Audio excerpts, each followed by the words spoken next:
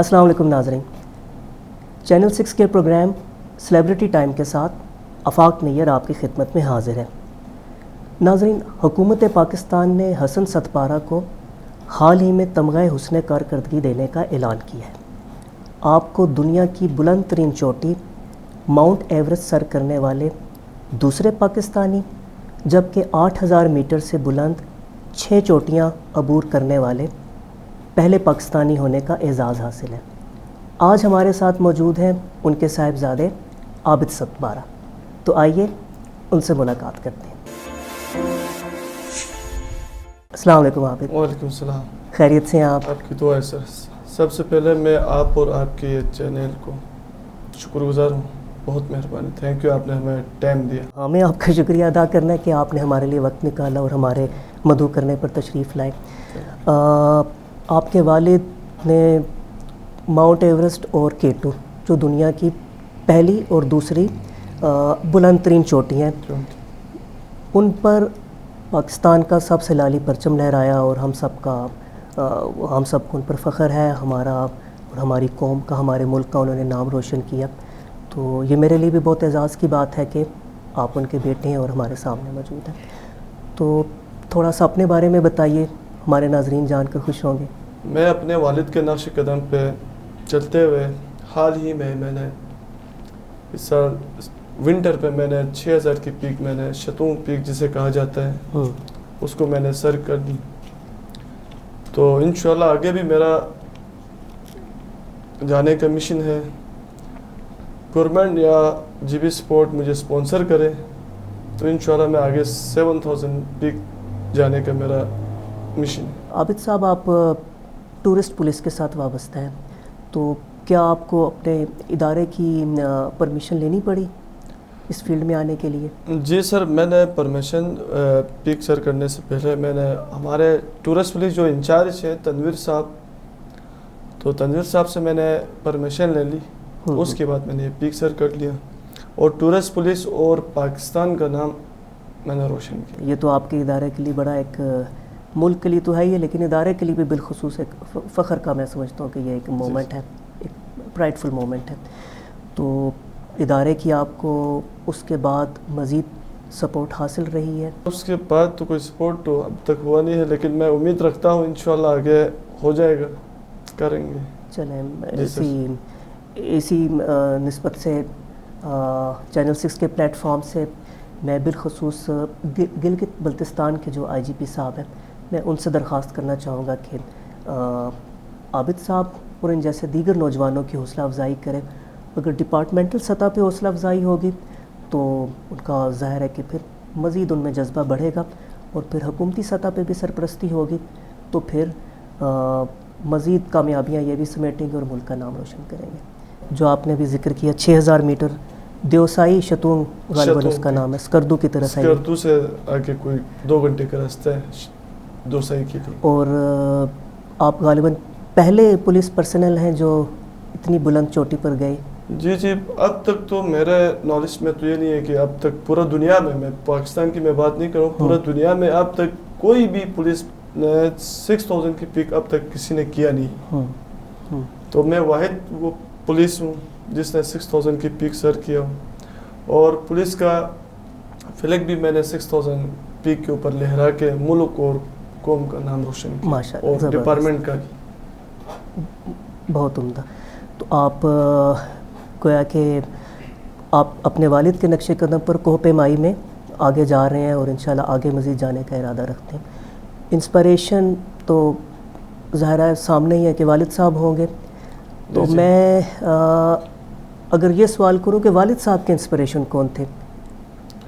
والد صاحب کے تو استاد دادا تھے، تو دادا صاحب بھی اسی فیلڈ کے تھے، اس کے بعد والد صاحب اس فیلڈ میں آیا، اس کے بعد ابھی مجھے خود ایک جنون پیدا ہو گیا، شوق پیدا ہو گیا، آیا میں بھی والد کی طرح ملک اور قوم کے لیے نام روشن کروں، تو اس حوالے سے میں نے بھی ایک پک سر کر لی، تو انشاءاللہ آگے بھی کریں گے پاکستان کا نام روشن کریں گے۔ تو آپ یعنی کہ یہ آپ کی فیملی میں رگوں میں یہ ایک جنون اور جذبہ ہے پاکستان کا نام روشن کرنے کا، ورنہ تو اتنا مشکل کام ہے پہاڑیاں عبور کرنا، زندگی کا بھی اس میں خطرہ ہے، تو ظاہر ہے یہ ملک کی محبت ہے اور وہ ایک پیشن ہے جو آپ کو تحریک اور موٹیویشن دیتا ہے.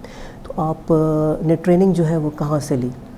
ٹریننگ تو میں نے والد صاحب سے، مرحوم والد صاحب سے لی تھی. 2014 میں والد صاحب کے ساتھ ایک پیک ہے وہاں پہ دوسئی میں، برگیا پیک اس کا نام ہے، وہاں پہ مجھے والد صاحب نے ٹریننگ دی تھی. اس کے بعد والد صاحب ہمیشہ سے یہی کہتے ہوئے آئے، بیٹا آپ نے اس فیلڈ کو چوز نہیں کرنا ہے، کیونکہ آپ کے والد صاحب نے جو ریکارڈ توڑے ہیں، جتنے پیک سر کیے آج تک کسی نے نہیں کیے. تو والد صاحب کو گورنمنٹ آف پاکستان نے کچھ بھی نہیں دیے. جس طرح حوصلہ افزائی ہونی چاہیے تھی وہ اب تک نہیں ہوا ہے. تو بیٹا آپ اس فیلڈ میں نہ جائیں. تو ہمیشہ مجھے یہ بات کہتے رہتے تھے.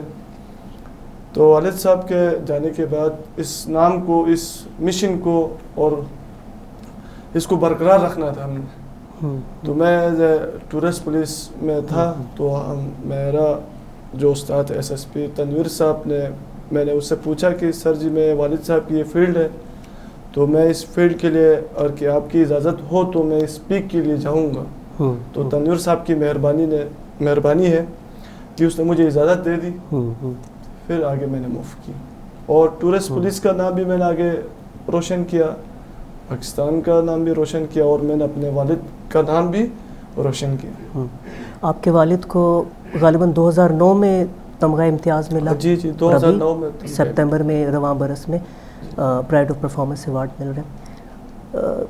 تمغے ہمارے، لیکن 2016 میں ان کی وفات ہو چکی ہے. ان کی زندگی میں اگر یہ تمغہ حسن کارکردگی مل رہا ہوتا تو پھر تو کتنی خوشی ہوتی انہیں بھی. آدمی جانے کے بعد آدمی کی قدر کرتے ہیں.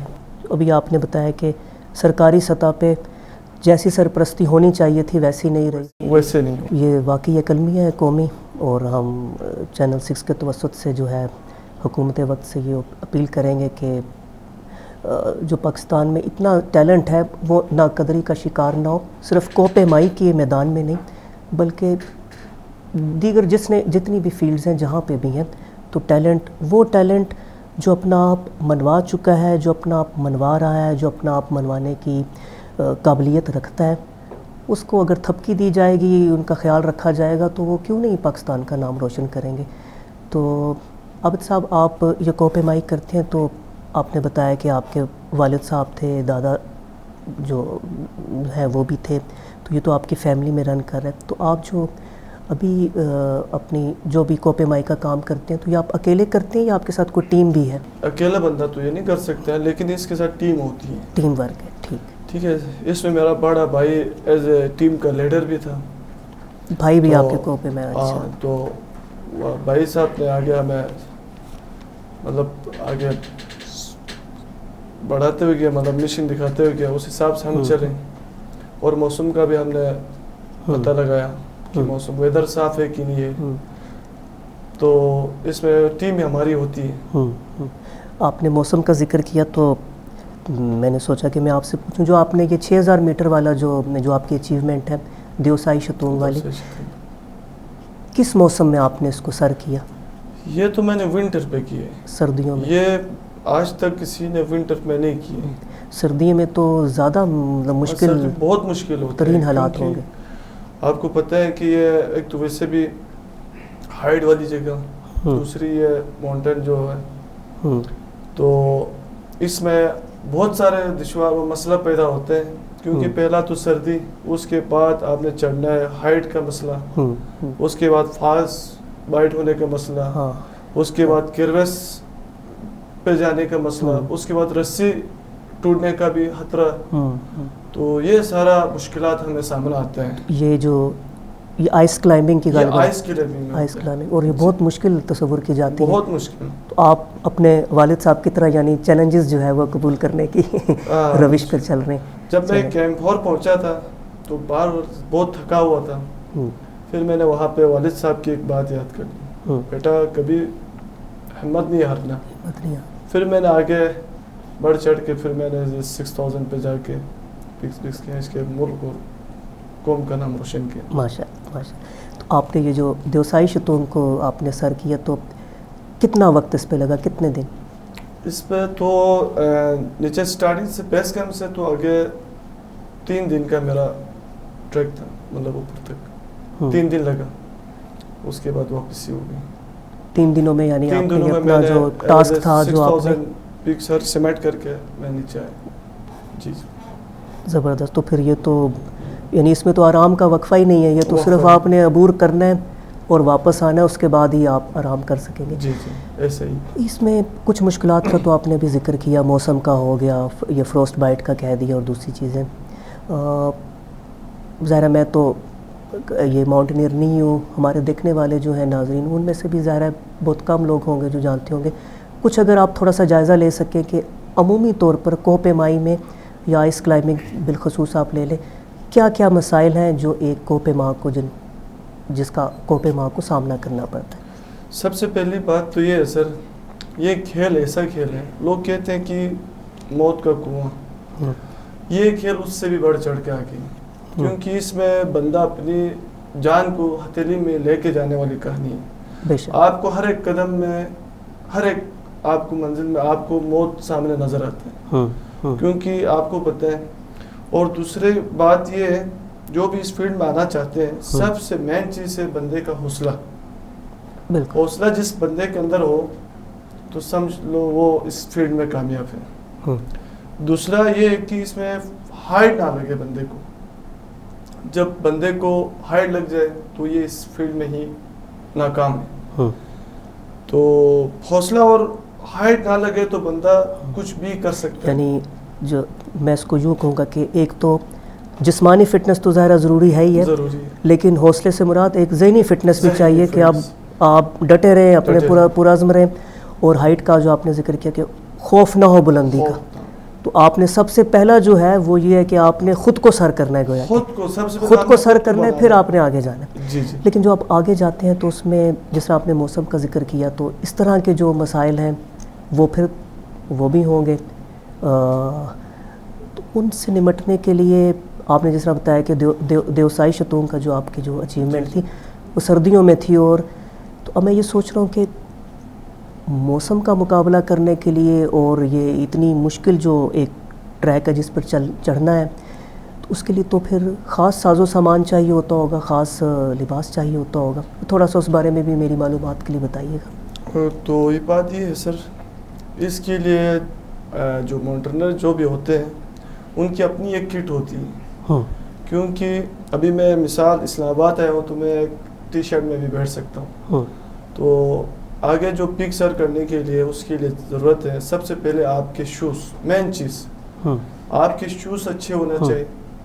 اور جو شوز یہاں ملتا ہے 1000-1200 کو, وہ شوز نہیں, اس کے اپنے ایک الگ شوز ہوتے ہیں جو خاص اسی مقصد کے لیے بنے ہوتے ہیں. وہ تقریباً میرے انداز میں 1.5 لاکھ روپے سے کم نہیں ملے گا, بہت ایکسپینسو. اس کے بعد ڈاؤن جیکٹ ہوتا ہے. اچھا اس کے بعد آپ کے ہیلمٹ ہوتی ہے. اچھا اس کے بعد آپ کے ساکس گرم موٹے تھرمل ہوتے ہیں. آپ کے گلاسز وغیرہ, دستانے وغیرہ, یہ سارے جو ہوتے ہیں امپورٹڈ چیز ہوتی ہیں, کیونکہ اسی فیلڈ کے لیے بنا ہوا ہے وہ چیزیں, تو وہ سارا پہننا پڑتا ہے. اس کے بعد جو اس فیلڈ میں جو جہاں تر جو چیز یوز ہوتا ہے جسے کہا جاتا ہے جیسے کہ انسان کے اندر دل ہے, انسان کا دل بیٹھ جائے تو بندہ کسی کام کا نہیں. اس طرح اس فیلڈ میں بھی ایک چیز کا نام دیا ہوا ہے جس سے کہا جاتا ہے جومر.